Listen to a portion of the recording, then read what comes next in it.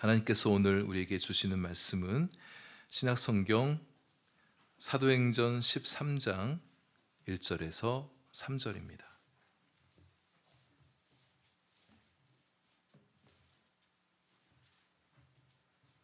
사도행전 13장 1절에서 3절의 말씀을 우리 다 함께 한 목소리로 봉독하겠습니다.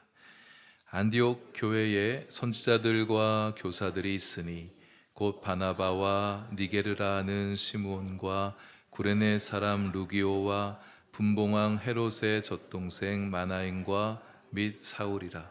주를 섬겨 금식할 때에 성령이 이르시되 내가 불러 시키는 일을 위하여 바나바와 사울을 따로 세우라 하시니 이에 금식하며 기도하고 두 사람에게 안수하여 보내니라. 아멘. 기도하겠습니다. 하나님, 이제 말씀의 귀를 기울입니다. 주님 말씀 우리 귀에 들려올 때에 말씀 안에 담긴 주님의 마음 듣게 하시고 우리 신앙과 삶에 도전하시는 것 받아들이며 순종할 바 기꺼이 순종하며 나아가는 저희들 되게 해 주옵소서.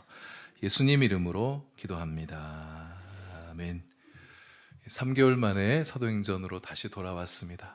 우리는 지난 3개월 동안 시편 119편 말씀을 묵상하면서 하나님 말씀의 권세, 하나님 말씀의 생명, 하나님 말씀의 기쁨을 함께 나누었습니다. 우리가 인생을 살아가다 보면 또 마음이 약해지고 하나님 말씀에 대한 사랑이 시들시들해질 때가 올 수 있습니다. 하나님 신뢰, 하나님 말씀에 대한 신뢰가 약해지게 되고 하나님 말씀에 대한 기대와 소망이 묽어지게 될 때에 다시 시편 119편 말씀을 펴서 묵상하시게 되길 바랍니다. 하나님께서 우리 마음에 다시금 회복을 가져다 주실 거예요. 하나님 말씀에 대한 신뢰, 하나님 말씀에 대한 사랑, 하나님 말씀에 대한 소망과 비전을 다시 회복시켜 주실 것입니다. 사도행전 시리즈를 다시 이어가면서 우리는 사도행전 1장 8절 말씀을 다시 상기해 볼 필요가 있습니다. 오직 성령이 너희에게 임하시면 너희가 권능을 받고, 성령이 임하시면 권능이 함께하게 됩니다. 우리 성도님들에게 우리 성령께서 함께해 주셔서 여러분의 삶에도 권능 부어주시기를, 성령의 기름 부어주시기를 축복합니다. 성령이 임하시면 권능을 받고 예루살렘과 온 유대와 사마리아 땅끝까지 이르러 내 증인이 되리라. 사도행전은 소위 성령 행전이라 이렇게 일컬어지기도 합니다. 사도들의 활약상이 기록된 책이긴 하지만 그 사도들을 움직이신 분이 성령이기 때문입니다. 성령께서 사도들과 교회를 움직이셔서 하나님의 역사들을 만들어내셨죠. 예수 증인들로 세우시고 그들을 통하여 예수 복음이 증거되게 하신 성령의 역사입니다. 1장에서 7장까지에서는 예루살렘에 어떻게 복음이 전파되었는지를 말씀해주고 있죠. 예루살렘의 초대교회가 설립되어지고 부흥하며 성장해 갔던 이야기들을 들려주고 있습니다. 사도행전 1장 8절에 그 예수님의 약속, 예수님의 비전, 예수님의 의지가 이제 한 단계 성취가 되어진 거죠. 그래서 우리는 1장부터 7장까지를 사도행전 역사 1단계라 이렇게 얘기할 수 있겠어요. 사도행전 역사 2단계, 8장에서부터 12장까지입니다. 성령의 권능을 받은 사도들과 예수의 제자들이 일어나 온 유대와 사마리아까지 이르러 복음을 전했던 이야기가 등장하고 있죠. 이제 사도행전 3단계가, 사도행전 역사의 3단계가 펼쳐지게 됩니다. 오늘 본문 13장에서부터 마지막 28장까지예요. 이제 예루살렘을 넘어 온 유대와 사마리아를 넘어 예수 복음이 땅끝까지 번져가는 역사를 장엄하게 보여줍니다. 복음이 민족과 국가와 인족과 문화를 넘어가게 되어지죠. 복음은 장벽을 만나도 주저하지 않습니다. 왜냐하면 성령의 권능은 모든 것을 뛰어넘는 힘이기 때문이죠. 사도행전 1단계, 2단계의 주역은 단연 예루살렘 교회와 12사도들이었습니다. 12사도 가운데 특별히 베드로가 돋보였죠. 이제 사도행전 역사의 3단계가 진행이 되어질 때는 중심축의 이동이 일어나게 됩니다. 예루살렘 교회에서 이방 땅에 세워진, 수리아 땅에 세워진 안디옥 교회가 중심 교회가 되어져요. 그리고 인물은 베드로에서 사도 바울로 옮겨지게 됩니다. 이제 앞으로 우리는 성령의 권능을 아주 강력하게 입은 사도 바울을 중심으로 어떻게 선교 역사가 펼쳐지게 되어 가는가를 살펴보게 될 거예요. 이 사도 바울의 선교 역사를 보면서 오늘날 우리 교회에게 주시는, 우리 교회의 선교에 도전하시는 것들을 함께 좀 묵상하게 될 겁니다. 또 개개인의 신앙, 특별히 선교적 신앙에 관해서 우리에게 도전하시는 것들 함께 들어보게 될 거예요. 이제 앞으로 우리는 이 말씀 강단을 통해서 선교에 우리의 영적 관심을 좀 더 집중하게 되어질 것입니다. 사도 바울의 총 3차의 선교 여행의 발자취를 따라 묵상해 가면서 우리 선교가 우리 신앙과 우리 삶의 중요한 일부가 되어지게 되길 바랍니다. 바울이 워낙 독보적이긴 한데 바울의 밑거름이 되어준 교회가 있었습니다. 안디옥 교회죠. 조금 세게 말하면 안디옥 교회가 없었다면 사도 바울도 없었다, 이렇게 말할 수 있겠어요. 왜냐하면 안디옥 교회가 사도 바울을 동사 목사로 불러줬습니다. 목회의 장이, 안디옥 교회가 사도 바울의 목회의 장이 되어줬습니다. 안디옥 교회가 사도 바울을 선교사로 파송해 주게 되죠. 그의 선교 활동을 할 수 있는 기회를 제공해 준 것이 안디옥 교회다, 이렇게 말할 수 있겠습니다. 또 안디옥 교회가 바울을 파송만 해놓고서 뭐 뒷짐지고 있었겠습니까? 그들을 위해서 계속해서 기도해 주죠. 후원해 주죠. 사도 바울의 사역을 힘내할 수 있도록 도와준 교회가 안디옥 교회입니다. 본격적으로 사도 바울의 선교 사역을 살펴보기 전에 오늘은 먼저 이렇게 그를 선교사로 파송한 안디옥 교회를 좀 더 살펴보려고 합니다. 우리가 이미 앞에서 안디옥 교회가 어떤 교회인지 좀 알아왔었어요. 오늘 조금 더 깊이 세밀하게 안디옥 교회가 어떤 교회인지를 좀 들여다보려고 합니다. 안디옥 교회에 대한 관심을 우리가 갖는 이유는 오늘날 우리 시대를 살아가는 교회를 위한 관심이기도 합니다. 안디옥 교회를 보면서 오늘날 우리 교회가 어떠해야 될까를 함께 고민해 보자는 거예요. 좀 더 좁혀서 우리 한마음 교회는 어떤 교회가 되어야 될 것이냐, 우리는 어떤 교회, 우리 교회는 어떤 꿈을 꿔야 될 것인가, 우리가 더 좋은 교회, 더 멋진 교회로 살아가기 위해서 그냥 세상에 수많은 교회들, 얼마나 많은 교회들이 있나요? 그러나 그 수많은 교회 가운데 그저 하나 존재하는 교회가 아니라 좀 특별한 교회, 하나님의 시선이 머물고 성령의 권능이 임하고 성령의 기름 부으심이 있는 교회가 되기 위해서는 우리는 어떠해야 될 거냐, 우리는 달라져야 될 부분들이 있느냐, 우리에게 무엇이 있어야 되느냐, 좀 이것을 살펴보고 싶어요. 저는 우리 한마음 교회가 그런 교회가 되었으면 좋겠습니다. 저 자신도 그렇고 우리 한마음교회 성도님들도 하나님의 눈길이 머무는 성도님들, 수많은 교회들 가운데 특별히 한마음교회가 눈에 보이는 하나님의 권능을 좀 내려주고 싶은 교회, 기름 부어 세우고 싶은 교회, 우리 한마음교회가 되었으면 좋겠어요. 우리 오늘 좀 더 교회를 적극적으로 생각해 보기 원합니다. 오늘 말씀은 우리 한마음교회가 조금 더 특별한 교회로 나아가게 하는 말씀이 되었으면 좋겠어요. 교회 관에서도 얘기하겠지만, 교회 관한 얘기를 주로 하게 되지만 여러분 자신에게도 좀 적용될 수 있는 도전적인 메시지가 되어줄 것이라 생각합니다. 어느 조직이나 그룹이든 리더십이 중요하죠. 리더십 역량이 부족한 단체는 그 단체의 역량도 좀 떨어집니다. 근데 리더십이 준수하면, 리더십이 우수한 단체는 단체의 역량도 계속해서 성장해 가게 되어지죠. 안디옥 교회에는 5명의 아주 훌륭한 좋은 리더십들이 있었습니다. 그들의 영성과 리더십이 교회를 영적으로 힘있게 해갔고 다른 교회들도 도울 수 있는 그런 역량 있는 교회가 되게 했고, 우리 사도행전 11장 살펴봤죠. 그리고 이제 세계 선교의 주역이 되는 교회로 성장해 가게끔 하는 밑거름이 되었습니다. 그들은 선지자의 역할과 교사의 역할을 감당했습니다. 교회에 꼭 필요한 직분이자 사역이죠. 있어야 될 일이죠. 선지자는 하나님 말씀을 선포하는 사람이에요. 교사는 하나님 말씀을 가르치는 사람입니다. 교회는 하나님 말씀이 잘 선포되어져야 돼요. 교회는 하나님 말씀이 잘 가르쳐져야 됩니다. 이 5명들이 교회에서 하나님 말씀을 잘 선포하고 잘 가르쳤기에 교회가 견실히 세워갈 수 있었던 거죠. 이 5명 중에 누가 선지자고 누가 교사인가를 따지는 것은 별로 중요하지 않습니다. 바나바와 바울 외에 이 다른 3명의 지도자에 대한 소개가 없기 때문에 이들은 어떤 사람일까 우리는 구체적으로 알기는 어려워요.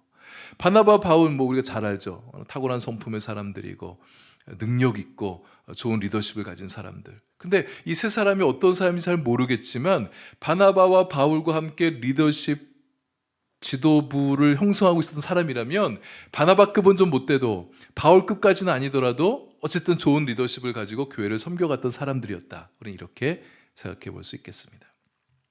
우리가 여기서 조금 더 관심을 기울였으면 하는 대목은 이들 한 사람 한 사람의 개별 역량이 아니라 이들 5명이 각기 출신이 다르고 또 신분의 차이도 있다라는 사실이 있어요. 차이가 많이 나는데 여러 차이가 있는데 그것을 하나로 묶어서 원팀을 구성하여 교회를 잘 섬겨갔던 리더십이었다라는 거예요. 다양한 차이들이 있었습니다. 인종적인 차이, 지역적인 차이, 신분의 차이, 인종과 지역과 신분의 차이가 생기면 문화의 차이도 생기게 마련이잖아요. 문화적인 차이도 있었어요. 그런데도 이들이 다 하나가 되었다. 좀 더 세밀히 들어가면 학력의 차이도 있고 경제적인 형편의 차이도 있었음에도 불구하고 하나가 되어 교회를 견실하게 세워왔다. 우리는 이렇게 보게 되어집니다. 먼저 바나바는 구브로 출신이랍니다. 구브로는 오늘날 지중해 동편에 위치한 키프로스 섬을 얘기하는 거예요. 키프로스 국가 아시죠? 거기 출신이라. 인종적으로는 유대인입니다. 근데 여러분들 잘 아시다시피 사도행전 4장에서 바나바가 어떤 사람으로 표현되고 있습니까? 밭이 있었는데 예루살렘 교회가 형편이 어려워지니까 가난한 사람들이 생기니까 그들을 위해서 자기 밭을 팔아서 자기 밭을 희사해서 헌금했던 사람이었어요. 밭이 있었던 사람, 재정적으로 좀 부유했던 사람이었다. 이렇게 볼 수 있죠. 또 사도행전 11장에서 안디옥의 교회가 새롭게 만들어졌다는 소식을 듣고 예루살렘 지도부가 누구를 보내면 좋을까? 저 교회 새롭게 생긴 교회 잘 보살펴야 되잖아요. 그럴 때 바나바면 좋겠다. 바나바는 이미 예루살렘 교회의 중심 인물이었었습니다. 그럼에도 불구하고 바나바를 보내기로 하잖아요. 바나바가 어떤 사람이었나? 착한 사람이요, 믿음과 성령이 충만한 사람이요, 별명이 위로자였었습니다. 위로 얼마나 잘하는 사람이었었으면, 목양을 잘하는 사람이었다는 거죠. 이 사람 예루살렘 교회 에이스인데 이를 파송하게 되어집니다. 바나바를 통해서 안디옥 교회 성도들이 더하여졌다, 이렇게 얘기하죠. 아주 유능한 사람이었어요. 다음은 니게르라 하는 시므온. 대부분의 학자들은 이 니게르를 니그로로 생각합니다. 그러니까 시므온은 흑인일 가능성이 상당히 농후하죠. 구레네 사람 루기오는 북아프리카 구레네 출신입니다. 루기오는 스데반의 순교 때 예루살렘 교회에 박해가 있었잖아요. 그래서 그것을 피해서 이것저것 흩어지다가 안디옥까지 들어왔던 헬라인 또는 헬라파 유대인 중에 한 명이었다, 이렇게 보고 있습니다. 헬라파 유대인, 헬라 문화에 익숙하고 헬라어를 구사하는 사람. 안디옥이 헬라 문화권에 있는 도시예요. 안디옥에 헬라인들이 많이 모여 있었고 유대인들이 있어도 헬라파 유대인들이 많이 모여 있었습니다. 헬라 문화에 익숙하고 헬라어를 잘 구사하는 루기오 같은 사람이 헬라인들이 모여있는, 헬라파 유대인들이 모여있는 교회를 목양하기 최적의 사람이죠. 최적의 지도자였습니다. 마나엔, 분봉왕 헤롯의 젖동생이라고 소개되고 있는데, 젖동생이라는 것은 같은 유모로부터 젖을 같이 나눠 먹으며 자랐던 사람을 얘기하잖아요. 왕궁에서 크면서 분봉왕 헤롯과 함께 자랐던 사람. 분봉왕 헤롯이 누굽니까? 세례 요한의 목을 벤 사람이에요. 예수님 십자가 달려 죽기 전에 신문했던 사람이었습니다. 같은 왕궁에서 두 사람이 자랐는데 이 두 사람의 노선이 너무 달라요. 한 사람은 세례 요한도 죽이고 예수를 핍박했던 사람이었는데, 또 한 사람은 예수님에게 예수 복음에 헌신하고 예수 교회를 위해서 살았던 사람이었습니다. 왕족 신분이죠. 안디옥 교회는 이렇게 사회적인 신분, 지위가 높은 사람도 함께하는 교회였었습니다. 사울 잘 아시죠? 다섯 사람. 다메섹 다섯 사람, 로마 시민권을 가진 중산층이었었죠. 바리새파 유대인으로 율법에 정통했던 학자였습니다. 가말레엘 문화생이라고 그랬죠. 오늘날 우리식으로 얘기하면 세계 최고 학부를 졸업한 박사학위를 가진 그런 사람, 굉장히 유능한 학자, 이렇게 말할 수 있겠습니다. 지도자들의 출신이 이렇게 다양하면 북아프리카, 다소, 구레네, 유대인, 예루살렘, 그러면 그 교회의, 안디옥 교회의 성도들의 인적 구성도 다양했겠다, 이렇게 우리가 추론이 가능해지겠죠. 우리식으로 대비해 보면 경상도 사람들, 전라도 사람들, 경기도 사람들, 강원도 사람들 함께 모여서 공동체를 이루고 있었구나, 이렇게 볼 수 있는 거예요. 근데 이들이 명시되고 있지 않지만 아름답게 화합하면서 조화를 이루면서 좋은 공동체를 이루고 있었다. 출신이 다양하면서 그것이 갈등이나 다툼의 원인이 되는 게 아니라 화합을 이루고 있었다. 그렇게 보면 우리 한마음교회도 출신이 굉장히 다양합니다. 울산에 있는데 경상도 사람만 있지 않고 경상도 사람, 전라도 사람, 강원도 사람, 서울 사람, 중국에서 오신 분들도 계시고 굉장히 다양한 분들이 함께 어우러져 조화를 이루는 교회, 우리 한마음교회인 거죠. 교회는 그렇게 다양성이 한데 잘 어울려야 교회입니다. 선교학에서는 동질 집단이 성공하고 동질 집단 선교가 효과적인 선교다, 그렇게 가르치고도 있습니다. 일면 수긍이 되어지기도 해요. 그러나 본질적으로는 안디옥 교회처럼 다양한 차이들이 예수 그리스도의 십자가 아래서 함께 모여 하나를 이루는 것, 이것이 교회죠. 출신뿐만 아니라 세대 간, 남녀 간, 신분의 차이, 학력의 차이를 뛰어넘고 자본주의 사회는 경제적인 차이가 일종의 계층을 형성하게 되지 않습니까? 오늘날 우리가 그런 시대에 살아가고 있잖아요. 이것도 뛰어넘고 아름다운 조화를 이루는 교회가 예수 그리스도의 교회다. 그런 면에서 교회는 모자이크와 같다, 이렇게 말할 수 있겠습니다. 모자이크는 수많은 작은 돌들로 이루어졌죠. 어떤 돌은 초록색, 어떤 데는 빨간색, 어떤 데는 노란색, 파란색, 다양한 색깔로 있어요. 우리 얼굴을 모자이크에 가까이 대고 보면 돌 하나하나가 다 제각각 빛을 내면서 아름다운 빛깔을 내는, 아름다움을 감상할 수 있는 돌들로 모여져 있습니다. 우리 성도님들이 제각기 그렇게 다양한 색깔을 내는 아름다운 돌과 같습니다. 여러분들 한 사람 한 사람 다 주님 앞에 아름다운 존재들이에요. 빛나는 존재들입니다. 그런데 교회는 성도들이 제각기 빛나기만 해서 안 됩니다. 교회 성도들은 더 큰 그림을 위해서 존재하는 사람들이에요. 모자이크가 그렇잖아요. 한두 걸음 뒤로 물러서서 모자이크를 바라보게 되면 모자이크가 어떤 형태, 어떤 그림을 드러내 보여주게 되죠. 교회는 그래서 모자이크와 같은 거예요. 함께 모여서 하나의 큰 그림을 드러내는 교회, 모자이크와 같은 교회라는 거예요. 그 그림은 다름 아닌 예수 그리스도인 거죠. 교회는 그리스도를 드러내는 곳입니다. 그리스도의 얼굴, 그리스도의 모습, 그리스도의 사랑, 그리스도의 은혜, 그리스도의 빛, 그리스도의 생명을 드러내는 것이 교회예요. 교회는 모자이크와 같다 말할 수 있겠습니다. 우리 교회도 모자이크가 되십시다. 먼저는 여러분들 한 사람 한 사람이 제각기 아름다움을 뿜어내는 분들이 되시길 바라요.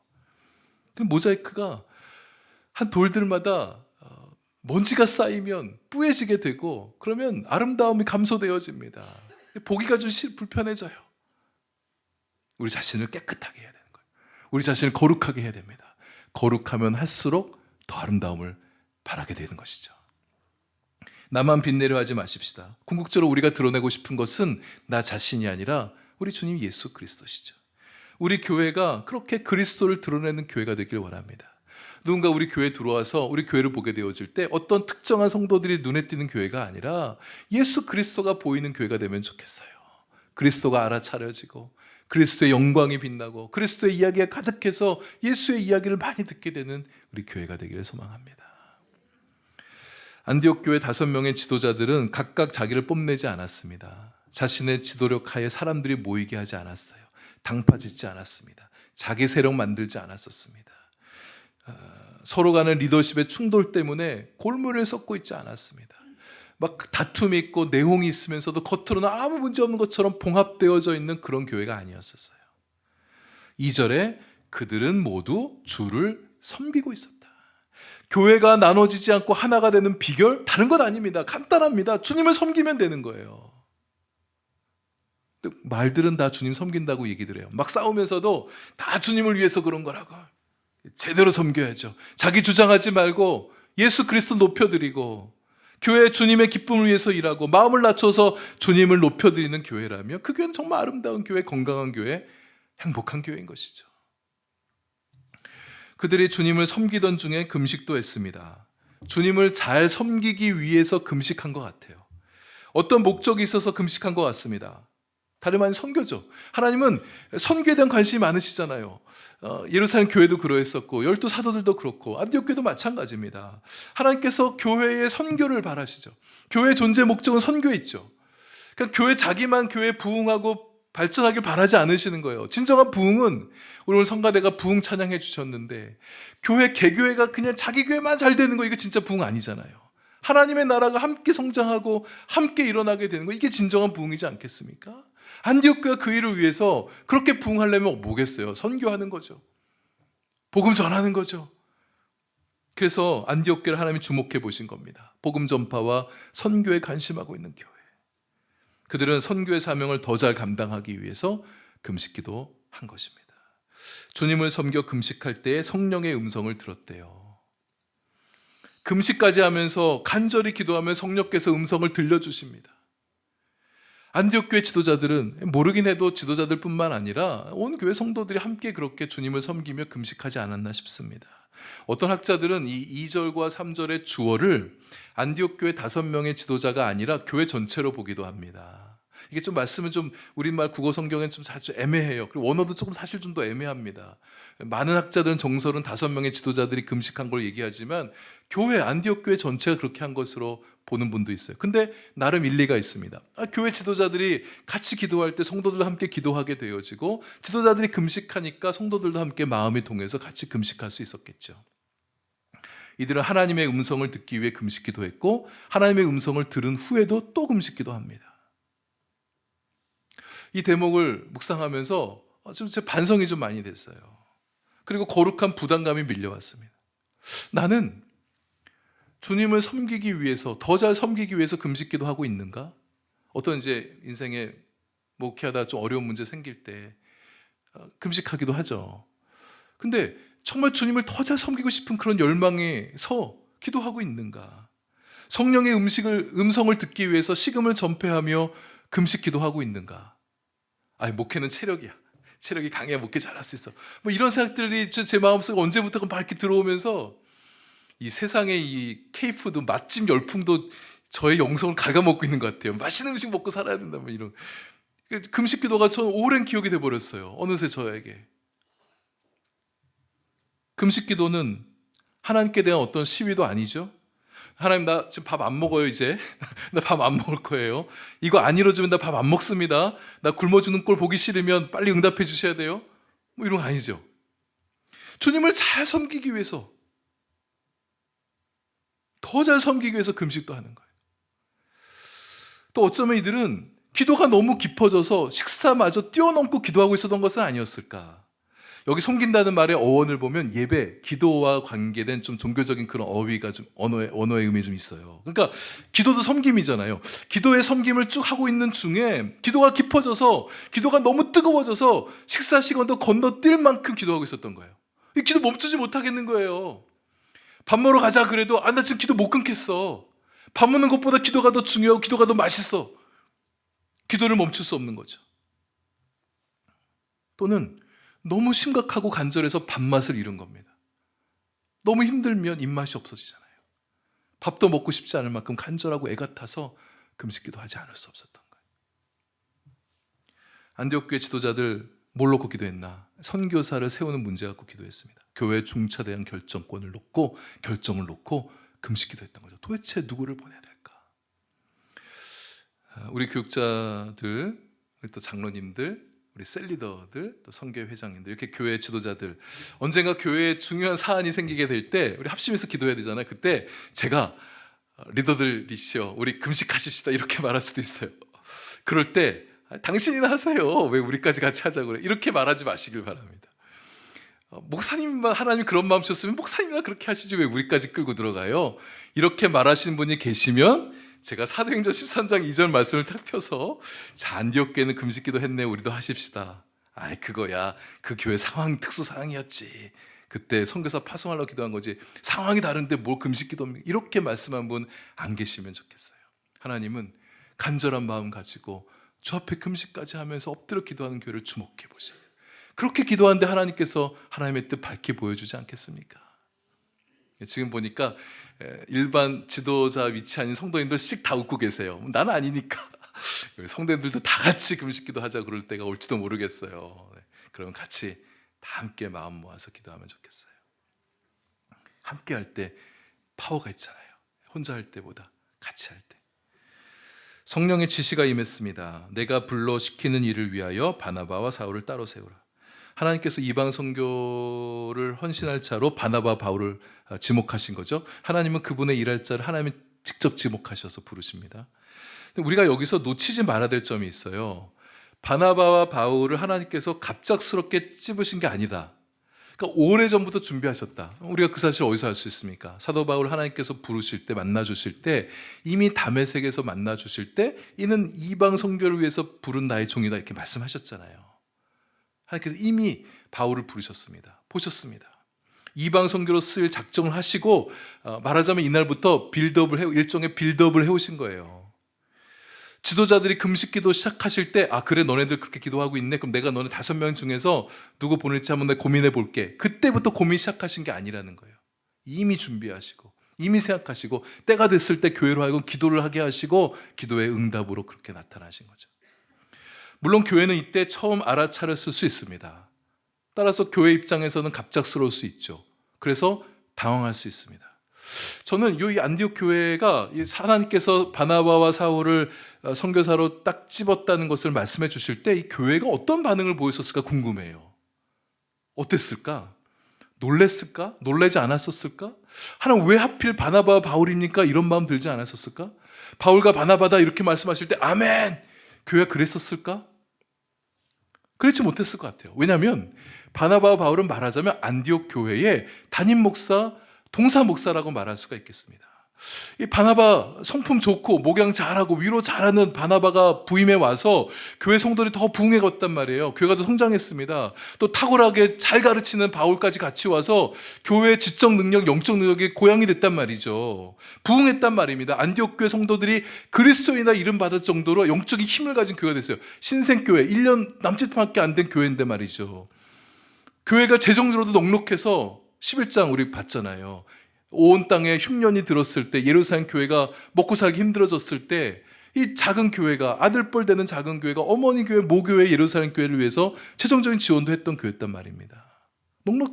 넉넉함이 있었어요. 넉넉하지 않았더라도 그렇게 마음을 모을 수 있을 만큼의 영적인 힘이 있는 교회였었죠. 이들 덕분에 교회가 탄탄하게 잘 세워가고 있는데 막 신생교회지만 급속한 부흥과 성장을 이뤄가고 있는데 얼마나 재밌고 신났을까요? 여러분 교회가 부흥하면 되게 재밌습니다. 교회 부흥에 끼친 두 사람의 영향력이 얼마나 큰데 하필 이 두 사람을 뽑아가십니까? 근데 한편으로 하나님께서 바나바와 바울을 선택하셨을 때 다른 지도자들과 교회들 안에 성도들 안에 역시 하나님 그러실 줄 알았습니다. 이렇게 했을 것도 같아 보여요. 왜냐하면 성숙한 교회는요 성령의 움직임을 알아차리거든요. 하나님의 뜻을 어느 정도 눈치를 챕니다. 금식까지 기도하다 보면 하나님께서 누구를 보내실지 감이 올 수 있는 거예요. 하나님께서 보낼 만한 자를 보내시는구나.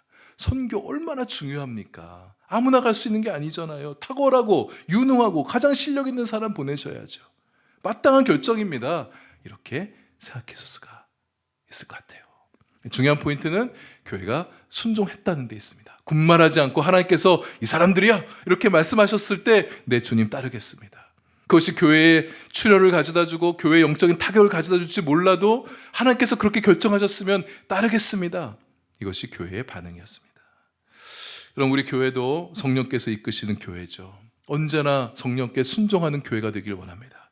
때로는 우리의 기대와 생각대로 하나님이 움직여주지 않아도 순종, 때로는 갑작스럽게 하나님께서 뭔가를 버리시는 것 같아도 순종, 성령께서 시키신 일이 우리에게 손해가 되고 어려운 형편 가운데 처하게 될지라도 순종, 이런 순종을 기꺼이 해낼 만큼의 순종의 힘을 가진 우리 교회가 될 수 있기를 바랍니다. 두 사람이 선교사를 나가는 것이 영적인 타격이 있었을까? 저는 그렇게 보지 않습니다.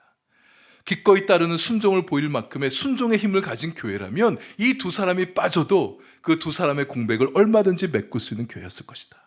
다른 세 명의 지도자들이 리더십을 가지고 교회를 잘 세워가고 바울과 바나바를 통해서 영적 훈련을 잘 받았던, 말씀 훈련을 잘 받았던 성도들이 교회를 견실히 지켜 세워가는 그런 교회였을 것이다.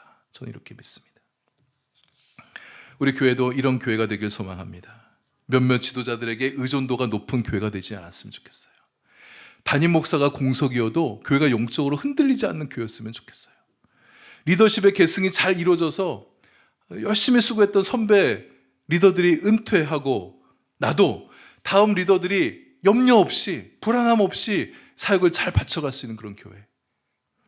가끔 치고 올라오는 후배들 때문에 선배 리더들이 조금 질투할 수 있을지라도 질투할 수 있어요.